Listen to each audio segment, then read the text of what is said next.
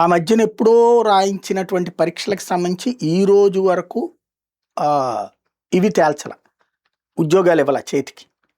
అది అనేక సార్లు చెప్పుకున్నాం. రాష్ట్ర ప్రభుత్వం ఈ ప్రభుత్వం వచ్చాకనే ప్రభుత్వ ఉద్యోగాలకు సంబంధించి పిలిచినటువంటి అన్నీ కూడా ఎక్కడ వేసిన గొంగళ అక్కడే ఉంది. ఒక టీచర్లకు తప్పించి. ఇప్పుడు నోటిఫికేషన్ ఏపీపీఎస్సీ దగ్గర 1125 ఏపీ పోస్టులు ఖాళీ ఉన్నాయి. ఈ సంవత్సరం జూలై నాటికే ఉన్నాయి ఖాళీలు.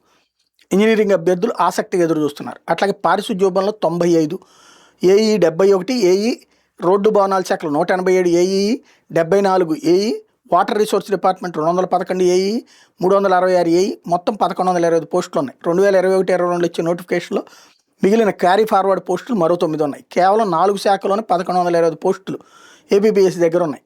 నిబంధనల ప్రకారం ఆ శాఖలోని ఖాళీల్లో 70% పదోన్నతులతో 30% నేరుగా భర్తీ చేయాలి. నేరుగా చేపట్టాల్సిన నియామకాలు పదోన్నతుల్లో నింపేస్తున్నట్టు ఆరోపణలు. ఇప్పుడు బీటెక్ బీఈ చదివిన వాళ్ళు అంతమంది ఎదురు చూస్తున్నారు. దీంతోపాటు లోకేష్ గారు చెప్పారు కదా మధ్యన ప్రతి ఏడాది జనవరికి, అంటే జగన్ చేయలేకపోయాడు అది. ఇది జనవరిలో జనవరి 1ని క్యాలెండర్ అనౌన్స్ చేస్తాను, ఉద్యోగాలు ఇస్తాను. ఫస్ట్ ఇయర్ ఉద్యోగాలు ఇచ్చేసి ఆ తర్వాత వదిలేశాడు. అదే అతన్ని దెబ్బకొట్టడంలో కీలకమైంది. గ్రామీణ ప్రాంతాలకు సంబంధించిన టీచరు, పోలీసు ఉద్యోగాలు కూడా మాటలు చెప్పాడు కానీ వదిలేశాడు ఆయన. మాట తప్పాడు, మడమ తిప్పాడు. దాంతో అతన్ని దెబ్బకొట్టారు నిరుద్యోగులు. ఇప్పుడు యువగళంలో లోకేష్ అది చెప్పారు.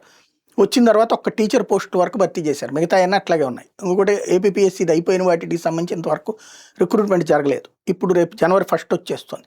మరి ఏమన్నా జాబ్ క్యాలెండర్ ప్రకటిస్తారా? చూడాల్సి ఉంది.